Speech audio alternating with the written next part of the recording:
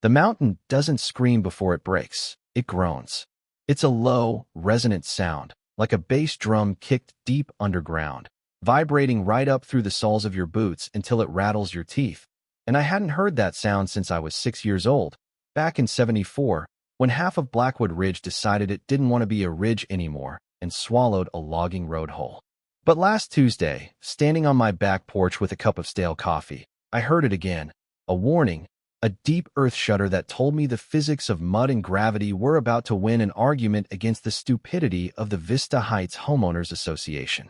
Less than 48 hours later, 3 rows of their luxury, eco-conscious townhomes were sliding down the south face of my property like children's toys left on a wet slide, walls buckling with the sound of gunshot cracks, roofs folding in on themselves, and $10 million of real estate vanishing into a churning river of clay and arrogance.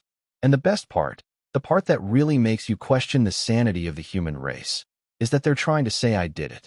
They're telling the news cameras that I, a 50-year-old rancher with a bad back and a rusty pickup truck, somehow physically pulled the mountain down on top of them because I didn't like their paint colors. But before we get to the mud and the lawsuits, you need to understand the land because that's where the truth is buried.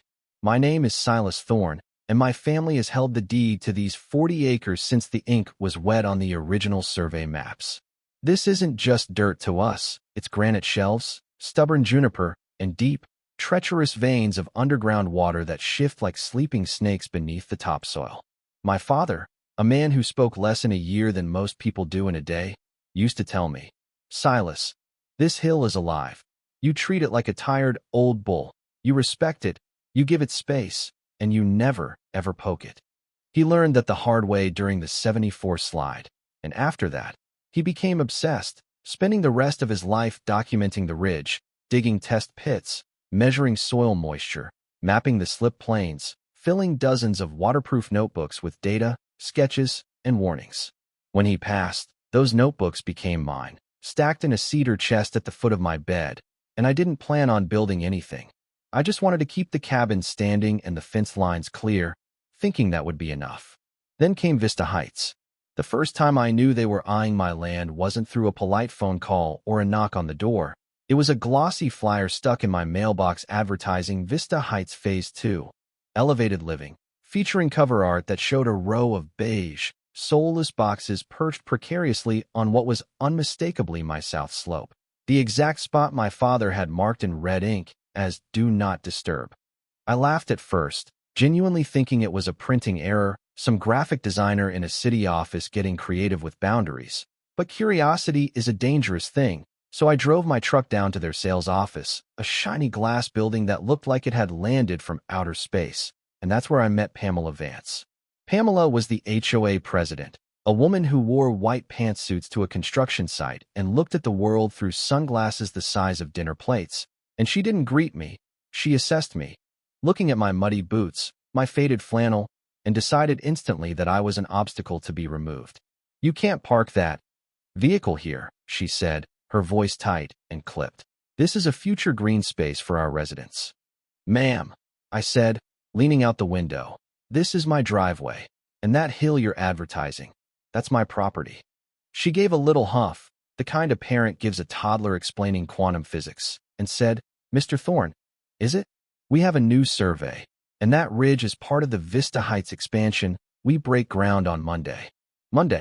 I stepped out of the truck, towering over her a bit. "You break ground on that slope, and you're going to wake up something you can't put back to sleep.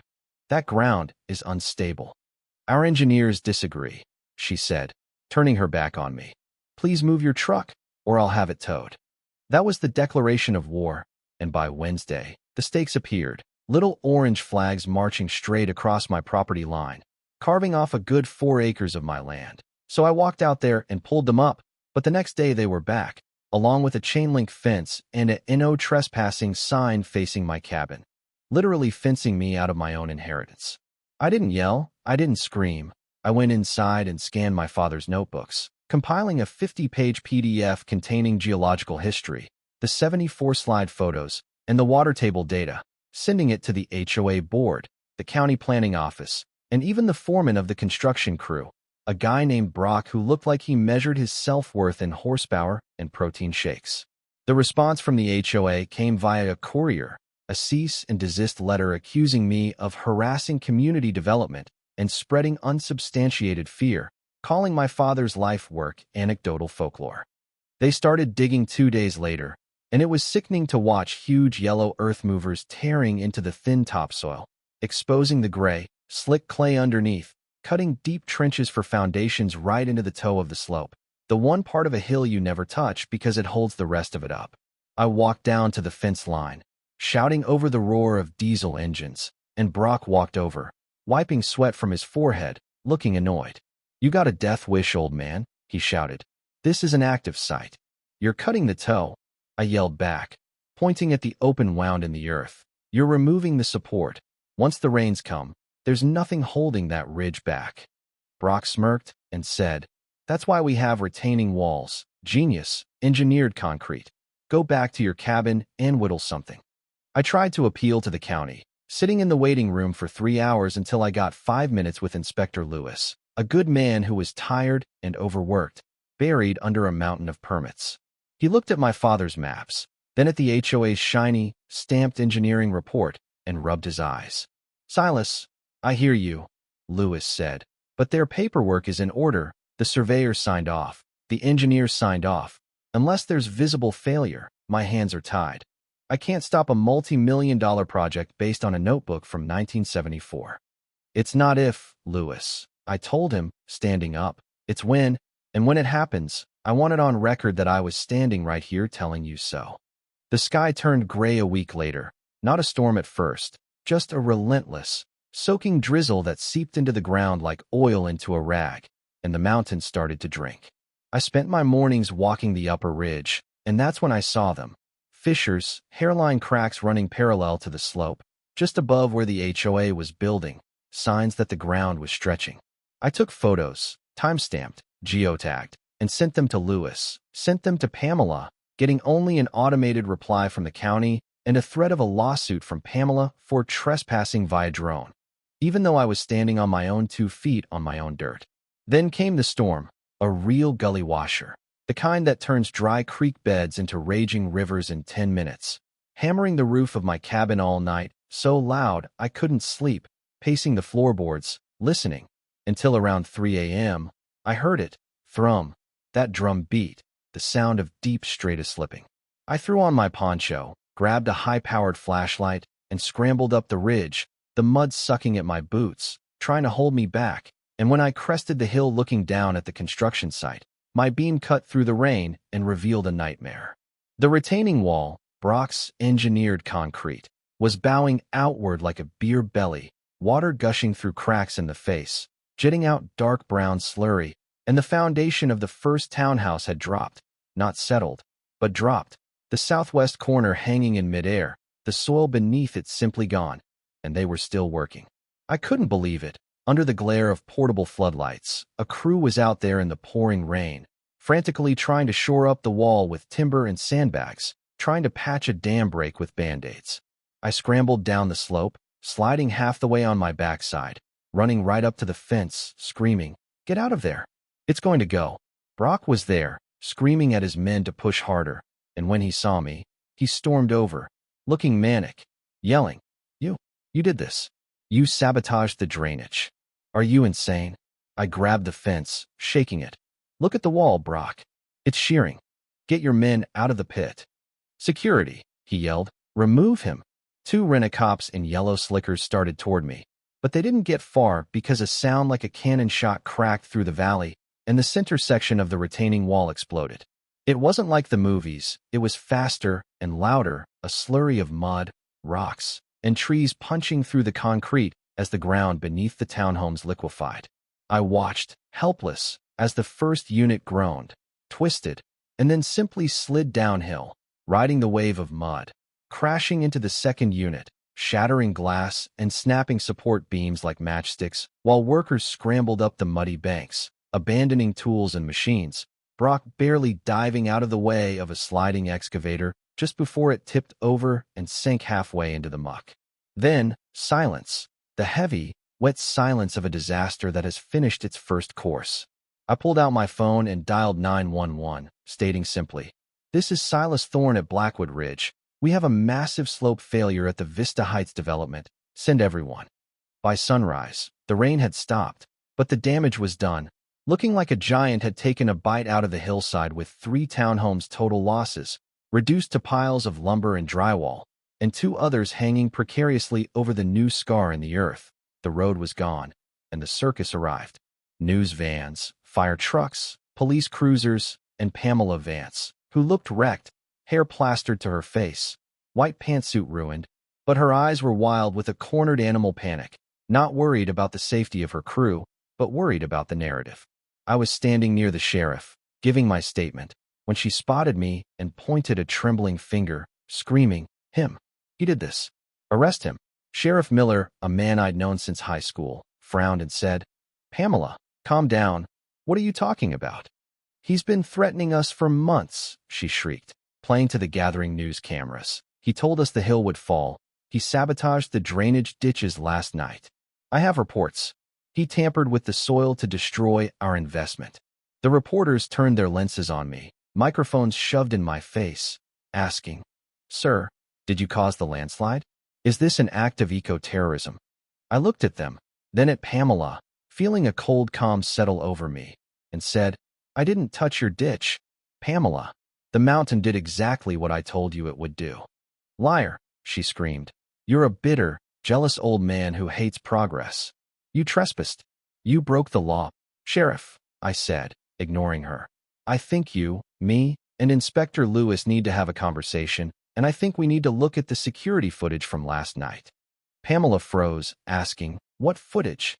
"The footage from the trail cameras I set up 3 weeks ago," I said, pointing to the tree line high above the slide.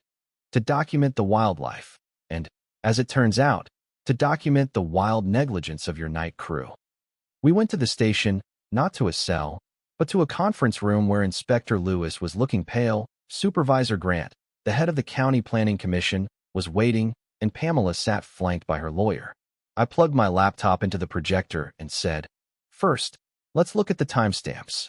I played the video from 2 nights ago, showing Brock's crew digging deeper trenches on my side of the property line, trying to redirect water flow away from their foundations and onto my land. "That's a legal diversion of water," Lewis muttered, "and they're cutting into the toe of the slope again." Then I played the video from the night of the storm, showing the crew frantically trying to pour quick dry concrete into mud, a desperate, futile attempt to hide the cracks before morning, ignoring safety protocols, and it showed the moment the wall failed, proving I was nowhere near it, standing at the fence line, screaming for them to run. "So," Supervisor Grant said, turning to Pamela, "it appears Mr. Thorne was trying to save your employees, not kill them." Pamela was shaking, stammering, This is doctored. He's a hacker. And besides, we have a valid survey. That land is ours." "About that," I said, pulling a heavy folder from my bag. "I did some digging, not in the dirt, but in the archives. You kept waving that survey around, signed by a Mr. Arthur Higgins." "The best in the state," Pamela sniffed. "Mr. Higgins died in 2018, I said, sliding a copy of an obituary across the table. "Your survey is dated 2023, so unless he ghost wrote it from the afterlife, someone forged his signature." The silence in the room was absolute. Pamela's lawyer closing his briefcase, standing up, and saying, "I need to make a phone call," before walking out and leaving her alone. "Forgery," Supervisor Grant said, his voice dropping an octave. "That voids your permits. All of them. You're building on unpermitted land. You're building on his land." "But wait," I said, "there's the cherry on top." I pulled out the final document, yellowed, brittle, and smelling like old cedar. "My father didn't just take notes," I said softly. "In 1982, after the second minor slide, he filed a petition with the State Conservation Board, realizing this specific clay strata was a geological hazard, and he applied for a conservation easement to prevent future development, citing public safety." I slid the document to Lewis, explaining, "It was granted, filed in the state archives, but due to a clerical error back in the 80s, it never made it to the digital county map. This hillside isn't just my property, Pamela. It is a federally protected geological hazard zone. You didn't just trespass, you violated a state conservation order. Pamela looked like she had swallowed a lemon whole, whispering, I didn't know. Ignorance isn't a defense when you forge a survey to cover it up, Grant said, standing up. Ms. Vance, this meeting is over, but the investigation is just starting. The fallout was faster than the landslide. The county red-tagging the entire Vista Heights development, condemning Phase 2, and revealing that Pamela and the board knew about the soil instability months ago, but pushed ahead because they had pre-sold the units and were desperate for cash flow. Forging the survey to encroach on my land because the actual safe building line would have cost them 5 units of profit. Pamela was indicted on fraud, negligence, and forgery. The HOA filed for bankruptcy as the lawsuits from the homeowners. The people who lost their down payments, the people whose houses fell down, started piling up, and Brock turned state's evidence against Pamela to save his own skin, admitting he was ordered to cut corners and ignore safety warnings. 6 months later, the noise is finally gone, and I stood on the ridge last night, looking at the scar that is still there, a raw, ugly gash in the mountain where the townhomes used to be, though the county ordered the debris removed, and nature is slowly starting to reclaim the mud with weeds sprouting and a deer trail forming across the spoil pile.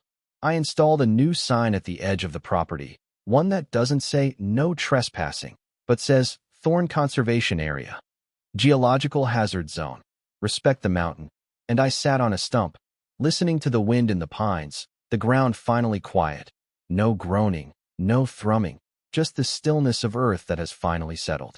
It's funny how people think they can negotiate with nature, bringing spreadsheets and lawyers and bulldozers to a gunfight with gravity, thinking because they own a piece of paper, they own the physics of the world. But the mountain has a memory. It remembers where the water goes. It remembers where the clay is weak, and it has all the time in the world to wait for you to make a mistake. My father was right. You don't poke the bull, and if you do, don't blame the rancher when you get the horns. I'm curious, though, because I read the comments and I see a split. Most folks say I did the right thing, that I stood my ground. But there are a few out there saying I should have done more, that I should have chained myself to the bulldozers or called the National Guard, saying even if they were wrong, I had a moral duty to stop them physically. So, I'm asking you, when the law fails and the warnings are ignored, how far are you supposed to go to save someone from their own greed? Did I let this happen by standing back, or was this lesson inevitable? Let me know what you think down below, and if you ever hear the ground groan beneath your feet, run. Thanks for listening, and stay safe out there.